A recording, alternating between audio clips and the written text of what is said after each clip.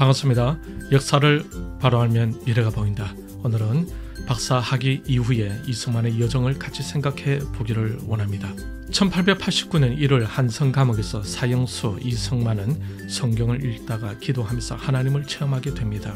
그 후 약 5년이 지난 뒤 1904년 10월 28일 영국에서는 이반 로버츠를 통해 웨일즈 대부흥이 시작되는데, 이 부흥이 일어나기 2달 전 한반도 조선에서는 1904년 8월 7일 한성 감옥에서 하나님을 체험한 이승만이 5년 7개월 만에 추록하게 됩니다. 이때 이승만의 석방에는 언더우드 아펜젤러, 에비슨, 벙크, 헐버트, 게일, 존스, 알렌 등 여러 선교사님들의 도움이 컸습니다. 김재동 목사님은 한국 근현대사 바로알기에서 당시를 회상하면서 이승만에 대해 다음과 같이 소개하고 있습니다. 죽을 고비마다 선교사님들의 도움으로 살아났다. 이승만의 석방되었을 당시 대한제국은 제1차 한일협약으로 사실상 일본으로 넘어간 상태였습니다. 그러자 고종 황제는 나라를 보존할 수 있는 마지막 수단으로 이승만을 미국으로 보내어 도움을 요청하려고 했습니다. 그래서 이승만은 추록한 지 3개월이 지났을 때 조선 정부의 밀사 자격으로 미국으로 건너가게 됩니다. 밀사 역할을 다한 후에 이승만은 5년 만에 학사, 석사, 박사 학위를 받게 되었던 것입니다. 이호 목사님은 이후에 이승만의 삶에 대해서 이렇게 말하고 있습니다. 박사 학위를 받은 이승만이 그저 편안하게 살기를 원했다면 미국에서 괜찮은 대학 교수로 여생을 마칠 수 있었다. 그러나 이승만은 하루라도 빨리 한국으로 돌아가고 싶어 했습니다. 비록 조국은 지도상에서는 사라져버렸고 가슴에만 남아있는 나라였지만 그에게는 할 일이 있었기 때문입니다. 조국으로 돌아온 이승만의 활동 무대는 YMCA였습니다. 감옥 시절 이후로 기독교 입국론과 교육을 외쳐왔던 그의 소신을 고려하면 참으로 어울리는 사역이었습니다. YMCA는 우리 민족의 역사에 특기할 만한 활동을 벌였던 기독교 단체였습니다. 이승만은 교회에서 설교도 하고 성경 공부를 인도하며 백만인 구령 활동에도 참여했습니다. 1904년에 영국 웨일즈에서 시작된 부흥운동은 1907년에는 평양 대부흥운동으로 옮겨왔고, 그 부흥운동이 백만인 구령운동으로 번지고 있을 때였습니다. 부흥운동에 대해서는 다음 기회의 영상으로 다뤄보도록 하겠습니다.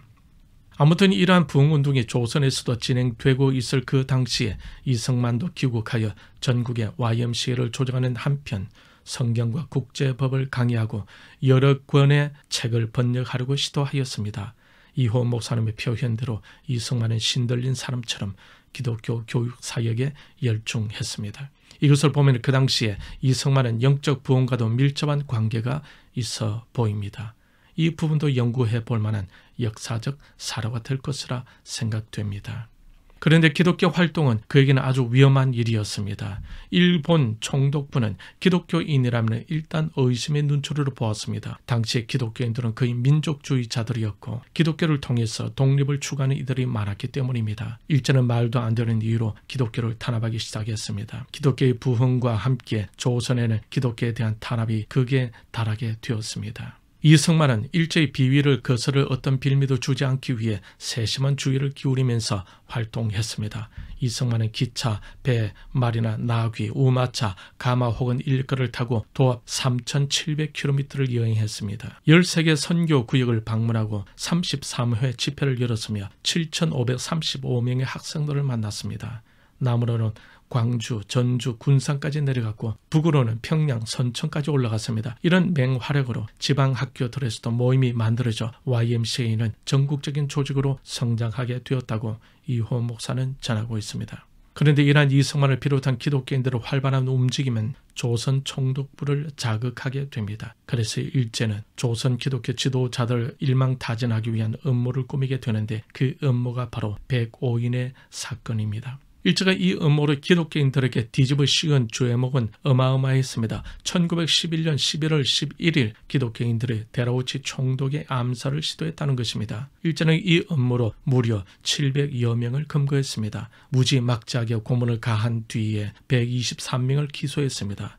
고문을 받다가 사망한 이가 3명, 정신 이상을 일으킨 이가 4명이나 되었다고 합니다. 최종 유죄 판결을 받고 구속된 사람들이 105명이었습니다. 105인 중에서도 기독교인이 2명이었습니다. 이것을 보면 그 당시 기독교인들의 민족의식과 항일 정신을 투철했음을 알 수가 있습니다. 이러한 탄압은 처음부터 YMCA를 이끌었던 이승만을 겨냥하고 있었다고 이호 목사는 말하고 있습니다. 이승만 본인도 구속될 각오를 하고 있었습니다. 그러면서 이승만은 조선 총독부 조작에 의해 체포자 명단에 오르게 되었고 체포될 수밖에 없는 상황이 되었습니다. 그러나 극적으로 미국 선교사들에 의해 구출됩니다. 일단 이승만은 구속은 면했지만 한국에 머무는 것은 여전히 위험했습니다. 마침 1912년 기독교 감리회 4년차 총회가 미국 미니애폴리스에서 열릴 예정이었습니다. 주한 선교사들과 감리교계 목회자들은 한국 대표로 이승만을 파견하기로 결정합니다. 그래서 박사 학위를 마치고 돌아온 지 2년이 채 못 되어 기약 없는 망명의 길을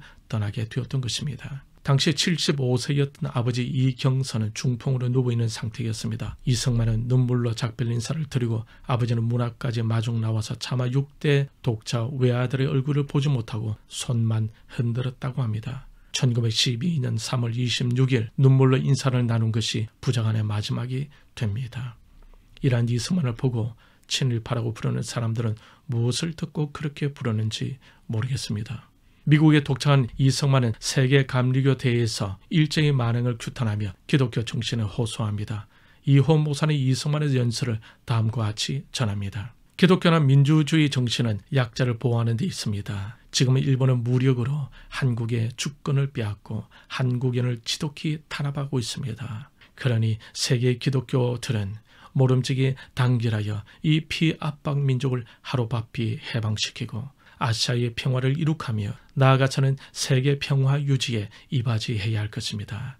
나는 이것이 전능하신 하나님의 뜻이라고 생각합니다. 이승만의 이 연설에 공감하는 이들도 있었습니다. 하지만 그 당시 미국은 일본과 오랫동안 사실상의 동맹 관계를 유지하고 있었습니다. 그래서 미국 기독교인들의 입장도 정부와 크게 다르지 않은 상태에 있었습니다. 이승만은 감리교 세계 대회를 마치고 프린스턴 시절의 서성 윌슨을 찾아갑니다.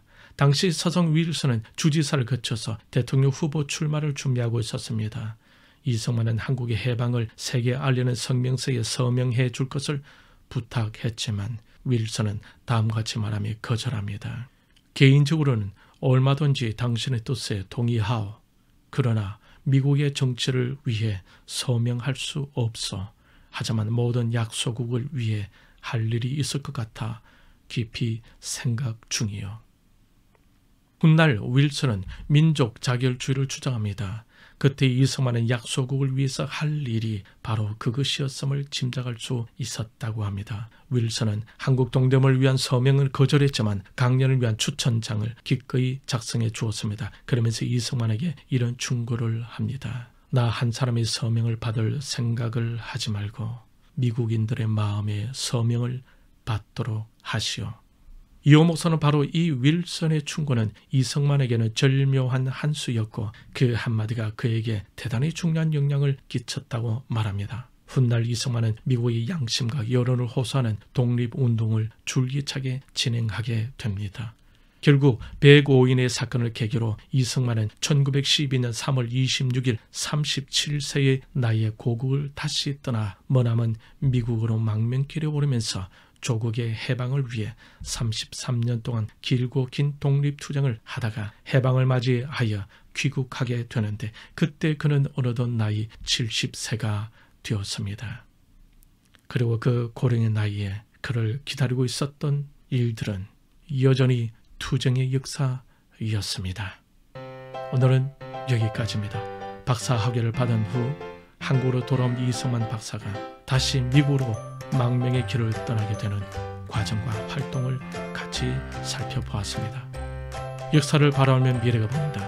남은 한 주간도 어려움 속에서도 이승만을 이끌어 주시던 그 하나님을 기억하며 감사와 기쁨의 시간이 되기를 바랍니다. 시청해 주셔서 감사합니다. 보다 더 많은 사람들과 함께 역사를 객관적으로 이해할 수 있도록 구독과 좋아요 눌러주시는 모든 분들께 감사드립니다. 감사합니다. 승리하십시오. Great Korea!